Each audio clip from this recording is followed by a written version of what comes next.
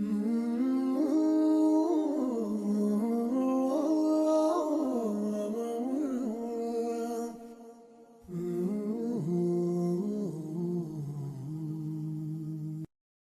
ልጅ በጣም ጠቃሚና ወሳኝ ከሆኑ ባህሪዎች መካከል ዋናው ሰብር ነው። ሰብር ቃሉ ምጥን ቢሆንም ፍቹና ተግባሩ ግን ከባድ ነው። ትልቅ ጽናትንና መታገስን ይጠይቃል። ውጤቱም በአላህ ፈቃድ ያማረና የተዋበ ይሆናል።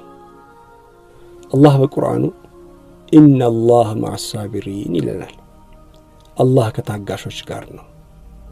በሌላ የቁርአን አንቀጽ ወበሽሪ ሳቢሪን ታጋሾችን አበስራቸው ይላል።